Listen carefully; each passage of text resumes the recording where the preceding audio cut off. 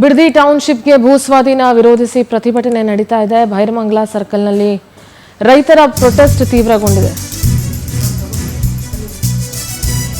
ಯೋಜನೆಗೆ ಸಂಪುಟದಲ್ಲಿ ಒಪ್ಪಿಗೆ ಬೆನ್ನಲ್ಲೇ ಆಕ್ರೋಶ ಕೂಡ ಸ್ಫೋಟಗೊಂಡಿದೆ. ಇಂದಿನಿಂದ ಅನಿರ್ದಿಷ್ಟಾವಧಿ ಪ್ರತಿಭಟನೆಗೆ ರೈತರು ಸಜ್ಜಾಗಿದ್ದು ಟ್ರ್ಯಾಕ್ಟರ್, ಎತ್ತಿನ ಗಾಡಿ, ಹಸುಗಳನ್ನ ರಸ್ತೆಗೆ ತಂದು ಪ್ರತಿಭಟನೆ ನಡೆಸುತ್ತಿದ್ದಾರೆ. ನಮ್ಮ ಭೂಮಿ ನಮ್ಮ ಹಕ್ಕು ಅಂತ ಘೋಷಣೆಗಳನ್ನ ಕೂಗಿ ಆಕ್ರೋಶ ವ್ಯಕ್ತಪಡಿಸ್ತಾ ಇದ್ದಾರೆ. ಬಿಡದಿ ಕನಕಪುರ ರಸ್ತೆ ಬಂದ್ ಮಾಡಿ ನೂರಾರು ರೈತರು ಪ್ರತಿಭಟಿಸ್ತಾ ಇದ್ದಾರೆ. ಯಾವುದೇ ಕಾರಣಕ್ಕೂ ನಮ್ಮ ಭೂಮಿ ನೀಡಲ್ಲ ಅಂತ ಬಿಗಿಪಟ್ಟು ಹಿಡಿದಿದ್ದಾರೆ. ಭೈರಮಂಗಲ ರಸ್ತೆ ಮಧ್ಯೆನೇ ಅಡುಗೆ ತಯಾರಿಸ್ತಾ ಇದ್ದಾರೆ ರೈತರು.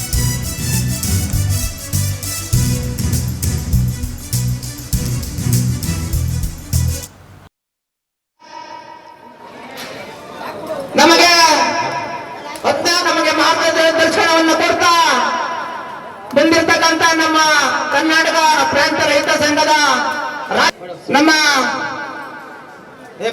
ಜಯ ಕರ್ನಾಟಕ ಸಂಘಟನೆಯ ರಾಜ್ಯ ಮುಖ್ಯ ಸಲಹೆಗಾರರಂತ ಕುಮಾರಸ್ವಾಮಿ ಅವರು ಬಂದಿದ್ದಾರೆ. ಅವರು ಕೂಡ ಚಪ್ಪಾಳೆ ಮುಖಾಂತರ ಸ್ವಾಗತವನ್ನು ಕೊಡ. ನಮ್ಮ ರಾಜ್ಯ ರೈತ ಸಂಘದ ಚನ್ನಪಟ್ಟ ಭಾಗದ ಈ ಕಾರ್ಯಕ್ರಮಕ್ಕೆ ಕೆಲವು ಮುಖಂಡಗಳು ಬಂದಿದ್ದಾರೆ. ನಮಗೆ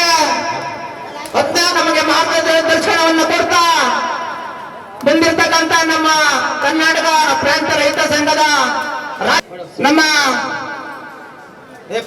ಜಯ ಕರ್ನಾಟಕ ಸಂಘಟನೆಯ ರಾಜ್ಯ ಮುಖ್ಯ ಸಲಹೆಗಾರರಂತ ಕುಮಾರಸ್ವಾಮಿ ಅವರು ಬಂದಿದ್ದಾರೆ. ಅವರು ಕೂಡ ಚಪ್ಪಾಳೆ ಮುಖಾಂತರ ಸ್ವಾಗತವನ್ನು ಕೊಡ.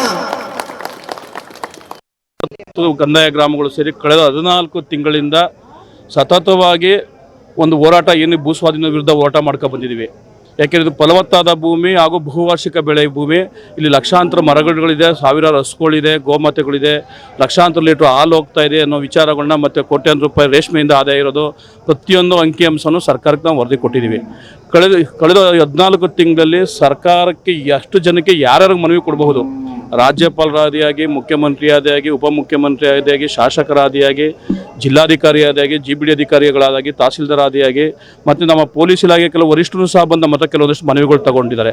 14 ತಿಂಗಳು ನಾವು ಇಷ್ಟು ಹೋರಾಟ ಮತ್ತು ಇಷ್ಟು ಮನವಿಗಳು ಕೊಟ್ಟರು ಸಹ ಯಾವುದನ್ನು ಪರಿಗಣಿಸದೆ ನಮ್ಮ ಮನವಿಗಳನ್ನು ಒಂದನ್ನು ಸಹ ಪರಿಗಣಿಸ್ತೇವರು ಏಕಾಏಕಿ ಕ್ಯಾಬಿನೆಟ್ ಅನುಮೋದನೆ ಮಾಡ್ಕೊಂಡಿದ್ದಾರೆ.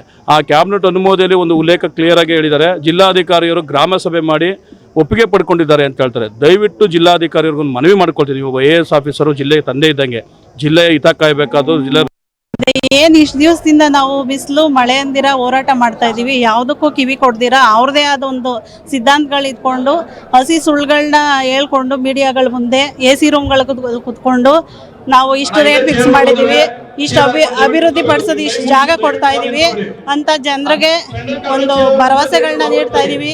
ಅಭಿವೃದ್ಧಿ ಮೇಯ್ನಾಗಿ ಅಭಿವೃದ್ಧಿ ಮಾಡ್ತೀವಿ ಅಂತಾರೆ. ಆ ಬೆಂಗಳೂರಿಗೆ ಹೋದ್ರೆ ಆ ಸ್ಲಮ್ ಏರಿಯಾಗಳು ನೋಡಿದ್ರೆ ಬೆಂಗಳೂರೇ ಅಭಿವೃದ್ಧಿ ಆಗಲಿಲ್ಲ. ಅದನ್ನ ಕಂಟಿನ್ಯೂಷನ್ ಮಾಡಿಕೊಂಡು ಹಳ್ಳಿಗಳನ್ನ ಅಭಿವೃದ್ಧಿ ಮಾಡ್ತೀವಿ ಅಂತ ಬಂದವ್ರೆ.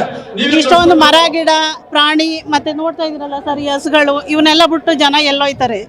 ಆಮೇಲೆ ಅಭಿವೃದ್ಧಿ ಅನ್ನೋದು ಒಂದು ಹಳ್ಳಿಯಾಗಿ ಹಳ್ಳಿಯಿಂದ ಇಟ್ಟು ಅದನ್ನು ಅಭಿವೃದ್ಧಿ ಮಾಡಬೇಕು. ಆ ಮರ ಗಿಡ ಎಲ್ಲ ತೆಗೆದ್ಬಿಟ್ಟು ಏನು ಅಭಿವೃದ್ಧಿ ಮಾಡ್ತಾರೆ ಸರ್ ಅವರು?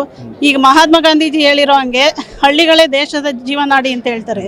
ಅದರಿಂದ ಅವರು ಹಳ್ಳಿಗಳನ್ನ ಬಿಡಬೇಕು. ಮತ್ತು ನಮ್ಮ ಈ ಪಂಚಾಯತಿ ಇದರಲ್ಲಿ ಏನೂ ಜಮೀನಿಲ್ಲದೆ ಇರೋರು ಬೇರೆ ಇರೋರಲ್ಲಿ ಪಾಲ್ಗೆ ಪಟ್ಟಿಗೆ ಮಾಡಿಕೊಂಡು ಜೀವನ ಮಾಡ್ತಾವ್ರೆ. ಅಂಥವ್ರ ಕತೆ ಏನು ಸರ್ ಇವಾಗ? ನಮಗೆ ಇನ್ನ ಉಗ್ರವಾಗಿರುತ್ತೆ ಸರ್.